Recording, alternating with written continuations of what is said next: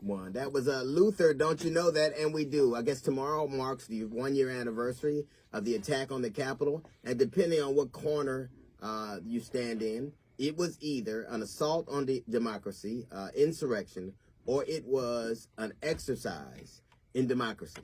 78% of the people, of Republicans, believe that the election was stolen for Donald Trump with no evidence to back it up. You can just say a thing and it is so. 52% believe that the insurrection that we watched on television was trying to preserve democracy. The overwhelming percentage of Republicans believe that violence, when necessary, is okay. It depends, and this has always been the conundrum in America. We have always said one thing and done another. All men are created equal except for you niggas who are going to be slaves. We fight for democracy except for you black and brown people and women who can't vote. We believe in the American ideal. We believe in justice except the people who it doesn't apply to.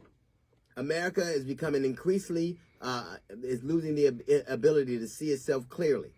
The bottom line is, if you believe that that was a fight for democracy, nothing will ever change your mind. That was clearly a loser who tried to get other losers to fight for him. You know, much like the battle, the Civil War, much like that. How do you ever come together as a nation when some people refuse to believe what is true? You can't fight a virus if people believe it doesn't exist. You can't fight racism if people don't believe it doesn't exist. You can't fight racial disparity if people don't believe it doesn't exist.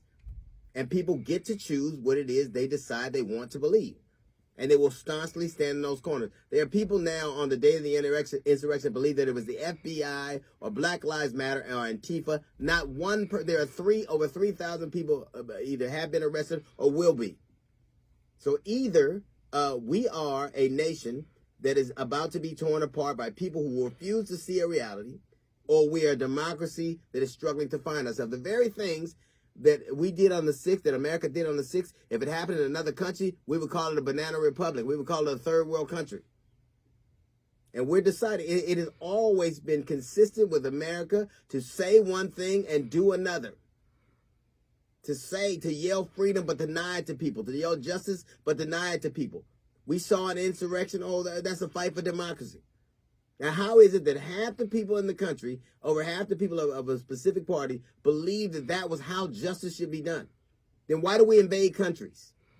Then why do we try to uphold elections? Why are we trying to spread democracy if we can't even make it take root here?